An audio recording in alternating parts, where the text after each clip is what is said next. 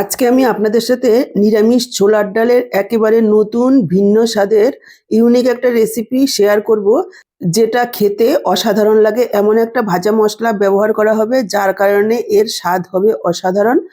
এইভাবে ছোলার ডাল রান্না করলে আর অন্য কিছুর প্রয়োজন পড়বে না, এক তরকারিতেই খাওয়া হয়ে যাবে।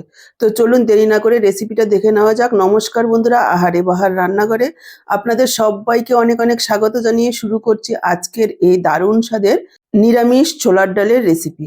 নিরামিষ ছোলার ডালের রেসিপিটা করার জন্য দেখুন, আমি এখানে 150 গ্রাম ছোলার ডাল রাতের বেলা ভিজিয়ে রেখেছি। প্রায় 5-6 ঘন্টা ভেজানো ছিল, আপনারা চাইলে 2-3 ঘন্টাও ভিজিয়ে নিতে পারেন। ডালটা খুব সুন্দর ফুলে উঠেছে। এবার ডালটাকে দেখুন আমি নিয়ে নিচ্ছি মিক্সারের জারে, ডালটাকে পেস্ট করে নেব। দর্শক বন্ধুরা, আজকের পুরো ভিডিওটা দেখে যদি একটুও ভালো লেগে থাকে, নিচে লাইক বাটন আছে, অবশ্যই প্রেস করে দেওয়ার অনুরোধ রইল। আর আপনি যদি নতুন দেখছেন তাহলে অবশ্যই চ্যানেলটাকে সাবস্ক্রাইব করে সাথেই থাকবেন, বেল বাটনটা অল করে দেবেন। তাহলে আমার দেওয়া এরকমই নিত্য নতুন রেসিপির আপডেট সবার আগে আপনাদের কাছে পৌঁছে যাবে। ফেসবুক থেকে ভিডিওটা দেখে থাকলে আহারে বাহার রান্নাঘর পেজটাকে ফলো করার অনুরোধ রইল। দেখুন, ডালের সাথেই দিয়ে দিলাম আমি 1 ইঞ্চি আদা আর 2টো কাঁচা লঙ্কা। ঝালটা পরিমাণ বুঝে দেবেন। ডালটাকে আমি পেস্ট করব, তবে খুব বেশি মিহি পেস্ট করব না, একটু দানা রেখে পেস্টটা করতে হবে। দেখুন, ছোলার ডালটা পেস্ট করে আমি একটা বাটিতে ঢেলে নিলাম। মিক্সারের জারটা ধুয়ে একটু জল দিয়ে দিচ্ছি, অনেকটাই ডাল লেগেছিল। এবার আরো একটু জল মিশিয়ে দিয়ে আমি ডালটাকে একটু পাতলা করে নেব। কেন ডালটাকে পাতলা করে নিচ্ছি সেটা আমি পরে বলে দিচ্ছি। দেখো, এইরকম একটু দানা দানা রেখে পেস্টটা করেছি আর জল মিশিয়ে ডালটাকে এইভাবে একটু পাতলা করে নিয়েছি। এবার আরো একটা মশলা তৈরি করব, তার জন্য দেখুন মিক্সচারের জারে নিয়ে নিলাম 2টো কাঁচা লঙ্কা, 1 ইঞ্চি আদা টুকরো করে, আর 2 টেবিল চামচ পরিমাণ নারকেল, একটা ছোট সাইজের টমেটো। একটু জল দিয়ে একেবারে মিহি একটা পেস্ট তৈরি করে নিয়েছি। দেখুন, এদিকে আরো একটা ভাজা মশলা তৈরি করব, তার জন্য দেখুন নিয়ে নিলাম 4-5টা কাজু, এভাবে টুকরো করে দিয়েছি।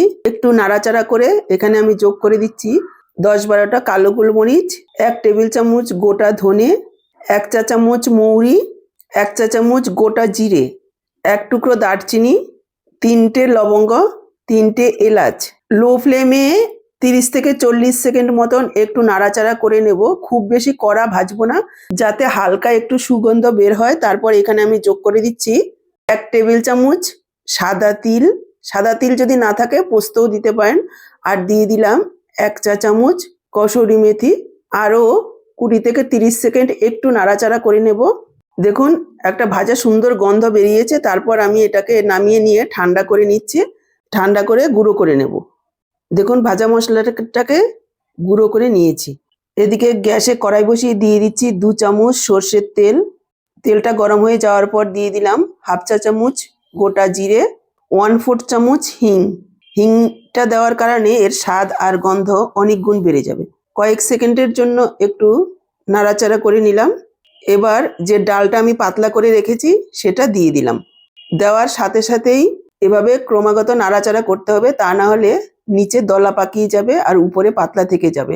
এভাবে নাড়াচাড়া করে আমাদের একটা মন্ড তৈরি করে নিতে হবে। গ্যাসের ফ্লেমটাকে মিডিয়াম লোতে রাখতে হবে, খুব বেশি হাই ফ্লেমে করলে ডালটার পাক আসবে না। এখানে দিয়ে দিচ্ছি পরিমাণ মতো লবণ, দিয়ে দিচ্ছি সামান্য একটু হলুদ গুঁড়ো, দিয়ে দিচ্ছি একটু গরম মশলার গুঁড়ো, একটু জিরের গুঁড়ো দিয়ে দিলাম, আর সামান্য একটু চিনি দিয়ে দিয়েছি, এতে স্বাদটা ভালো হবে। তারপর মিডিয়াম লো ফ্লেমে এভাবে নাড়াচাড়া করতে করতে একেবারে মন্ড তৈরি করে নেব। এটা যদি আপনারা ননস্টিক কড়াতে করেন তাহলে সুবিধা হবে, আর যদি এমনি অ্যালুমিনিয়ামের কড়াই বা অন্য কিছুতে করেন তাহলে নাড়াচাড়া করতে গিয়ে হাতটা অনেকটাই ব্যথা হয়ে যাবে। প্রায় 3-4 মিনিট সময় নিয়ে এটাকে তৈরি করতে হবে। এখানে দিয়ে দিচ্ছি 1 টেবিল চামচ কোরানো নারকেল, এতে স্বাদটা ভালো হবে। দেখুন, এভাবে নাড়াচাড়া করতে করতে একটা মন্ড তৈরি হয়ে গেছে আর কড়াইয়ের থেকে একেবারেই ছেড়ে যাচ্ছে, দেখেই বুঝতে পারছেন। এই পর্যন্ত করতে হবে, এর থেকে কড়া করব না, তাহলে ঝুরো ঝুরো হয়ে যাবে। এদিকে আমি একটা চপিং বোর্ড নিয়েছি, আপনারা চাইলে যে কোনো থালা অথবা প্লেট নিতে পারেন। তার এভাবে একটু তেল দিয়ে দিচ্ছি। তারপর যে মন্ডটা আমরা তৈরি করেছি সেটা এর মধ্যে এভাবে দিয়ে দিলাম। এটা গরম থাকতে থাকতে এভাবে চেপে বসিয়ে দিতে হবে, ঠান্ডা হয়ে গেলে কিন্তু হবে না। ঠান্ডা হয়ে গেলে ঝুরো ঝুরো হয়ে যাবে। গরম থাকতে থাকতে এভাবে খুন্তি দিয়ে চেপে চেপে বসিয়ে দেব। যখন গরম অনেকটাই কমে যাবে তারপর হাত দিয়ে চেপে বসিয়ে দেবো, কেননা হাত দিয়ে করতে সুবিধে হয়। যদি হাত দিয়ে একেবারে প্লেন না করতে পারেন তাহলে এভাবে বাটির তলায় একটু তেল লাগিয়ে এভাবে ডলে দিলেও খুব সুন্দরভাবে একেবারে উপরের পিঠটা প্লেন হয়ে যাবে। এভাবে বসিয়ে দিয়েছি, প্রায় 10 থেকে 15 মিনিট অপেক্ষা করতে হবে ঠান্ডা হওয়ার জন্য। তারপর এভাবে পিস পিস করে কেটে নিতে হবে। আমি চৌকো করে কাটবো, আপনারা যেমন খুশি করে কেটে নেবেন। আমি এখানে তৈরি করছি ছোলার ডাল দিয়ে ধোকার ডালনা। ধোকার ডালনা করতে গিয়ে অনেকেরই ধোকা ভেঙে যায়, আর না হলে ভালোভাবে ভেজে না ভেতরে শক্ত থেকে যায়। কিন্তু আমি আজকে যেভাবে তৈরি করলাম একেবারে নরম তুলতুলে হবে, অথচ একটাও ধোকা ভাঙবে না, সবকটাই গোটা থাকবে। লাস্ট পর্যন্ত দেখতে থাকুন ভিডিওটা, আশা করছি ভালো লাগবে। দেখুন পিসগুলো দেখেই বুঝতে পারছেন কতটা সুন্দর হয়েছে। আরও টিপস রয়েছে বলে দেব, ভিডিওটা দেখতে থাকুন। এবার দেখুন 2 চা চামচ ময়দা নিয়ে নিলাম আর সামান্য একটু জল দিয়ে একেবারে পাতলা একটা ব্যাটার তৈরি করব, যেটা ধোকার গায়ে লাগালে দেখা যাবে না, অথচ ডুবিয়ে ভাজবো, তাতে করে ধোকাগুলো আর ভাঙবে না। বন্ধুরা, যখন আমি ডালটা পেস্ট করলাম, পেস্ট করার পর দেখলেন যে ডালের মধ্যে কতটা জল দিয়ে ডালটাকে পাতলা করে নিয়েছি, তারপর ডালটাকে পাক দিয়েছি। আপনারা যদি অল্প জল দিয়ে ডালটাকে বেটে তারপর পাক দেন তাহলে ডালটা কিন্তু একেবারে ঝুরো ঝুরো হবে, পাকটা ভালোভাবে না আসলে। আর একটু জল দিয়ে যদি ডালটাকে প্রথমে পাতলা করে নেওয়া যায় তারপর শুকনো করা হয় একটু সময় নিয়ে, তাহলে ধোকাগুলো একটাও ভাঙে না আর ভেতর পর্যন্ত ভালোভাবে ফুলে আর ঝুলে দেওয়ার পরও নরম তুলতুলে হয়, অথচ ভেঙে যাবে না আর খেতেও টেস্ট হয়। দেখুন এভাবে ময়দায় ডুবিয়ে ধোকাগুলো দিয়ে দিলাম তেলের মধ্যে। আমি এখানে সর্ষের তেলেই রান্নাটা করছি, আপনারা চাইলে আপনাদের পছন্দ অনুযায়ী যে কোনো রান্নার তেল দিয়ে করতে পারেন। এবার তারপর এভাবে উল্টে পাল্টে একেবারে লালচে কড়া করে ভেজে নিয়েছি। চাইলে আপনারা এভাবে ভাজাও খেতে পারেন, তাতে খেতে ভীষণই ভালো লাগে। দুটো ব্যাচে আমি সম্পূর্ণ ধোকাগুলো ভেজে নিয়েছি, এবার তুলে নিচ্ছি। দেখুন একবার দেখিয়ে দিচ্ছি কতটা সুন্দর হয়েছে ধোকাগুলো। এবার কড়াতে আরো একটু তেল দিয়ে দিলাম টুকরো করে কেটে রাখা আলু। এখানে দুটো আলু মিডিয়াম সাইজের এভাবে ডুমু ডুমু করে কেটে নিয়েছি, দিয়ে দিয়েছি। আর পরিমাণ মতো লবণ দিয়ে আলুগুলোকে 3-4 মিনিট সময় নিয়ে লালচে করে ভেজে নেব। আলু চাইলে আপনারা দিতেও পারেন, নাও দিতে পারেন, তবে দিলে খেতে ভালো লাগবে। দেখুন 3-4 মিনিট সময় নিয়ে আলুগুলোকে ভেজে নিয়েছি, এবার আলুগুলো তুলে নিলাম। আলু তুলে নিয়ে ফোড়নে দিয়ে দিলাম 2 টুকরো ছোট দারচিনি আর 2টো ছোট এলাচ, 1/2 চা চামচ গোটা জিরে, 1/4 চামচ হিং। গ্যাসের ফ্লেমটাকে এই সময়ে লোতে রাখতে হবে। কয়েক সেকেন্ডের জন্য ভেজে নেব, তবে ভেজে একেবারেই কালো করব না। তারপর আমি এখানে যোগ করে দিচ্ছি পেস্ট করে রাখা মশলাটা, সাথে দিয়ে দিচ্ছি পরিমাণ মতো লবণ, দিয়ে দিচ্ছি 1/2 চা চামচ চিনি। পুরো মশলাটাকে নাড়াচাড়া করে নিয়ে একটু ঢেকে দেব। ঢেকে প্রায় 2-3 মিনিট সময় নিয়ে মশলাটাকে কষিয়ে নিতে হবে, যাতে মশলার একেবারে কাঁচা গন্ধ না থাকে। দেখুন ঢেকে মশলাটাকে কষিয়ে নিয়েছি।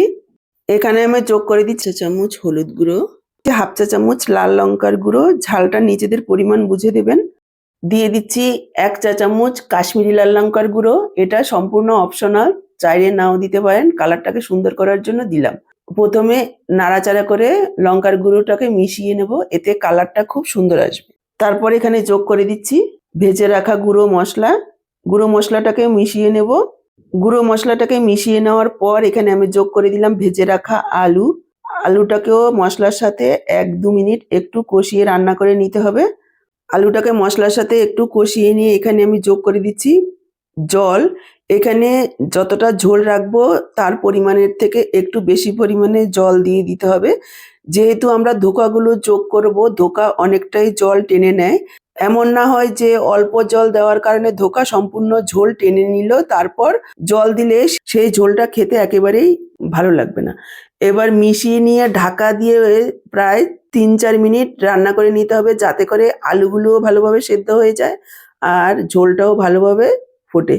দেখুন 3-4 মিনিট রান্না করে নিয়েছি, আলুগুলো খুব সুন্দরভাবে সেদ্ধ হয়ে গেছে।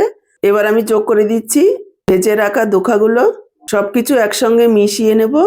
এবার আমি 2 চা চামচ ঘি এখানে যোগ করছি, যেহেতু সম্পূর্ণ নিরামিষ পেঁয়াজ রসুন ছাড়া, একটু ঘি দিলে খেতে ভালো লাগবে। আর কোনো মশলা আমি এখানে দেব না, অলরেডি সমস্ত মশলা দেওয়া রয়েছে। এবার মিশিয়ে নিয়ে ঢাকা দিয়ে 1 থেকে 2 মিনিট ফুটিয়ে নেব মিডিয়াম ফ্লেমে, তারপর ঢাকাটা তুলছি। দেখুন 2 মিনিট ফুটিয়ে নিয়ে গ্যাসটাকে অফ করে দিয়েছি। এবার ঢাকনাটা তুললাম। একবার দেখুন যে দেখতে কতটা লোভনীয় হয়েছে, খেতেও অসাধারণ হয়। ধোকার ডালনা তো অনেকভাবে খেয়েছেন, এভাবে একবার ছোলার ডাল দিয়ে স্পেশাল মশলায় নিরামিষ ধোকার ডালনা বানিয়ে দেখুন, আর অন্য কিছুর দরকার পড়বে না। তো আজকের পুরো ভিডিওটা দেখে কেমন লাগলো কমেন্ট বক্সে জানাতে ভুলবেন না। ভালো লাগলে অবশ্যই একটা লাইক করবেন। আজকে এই পর্যন্ত, আবার দেখা হবে নতুন কোনো রেসিপির সাথে। সবাই ভালো থাকুন, সুস্থ থাকুন।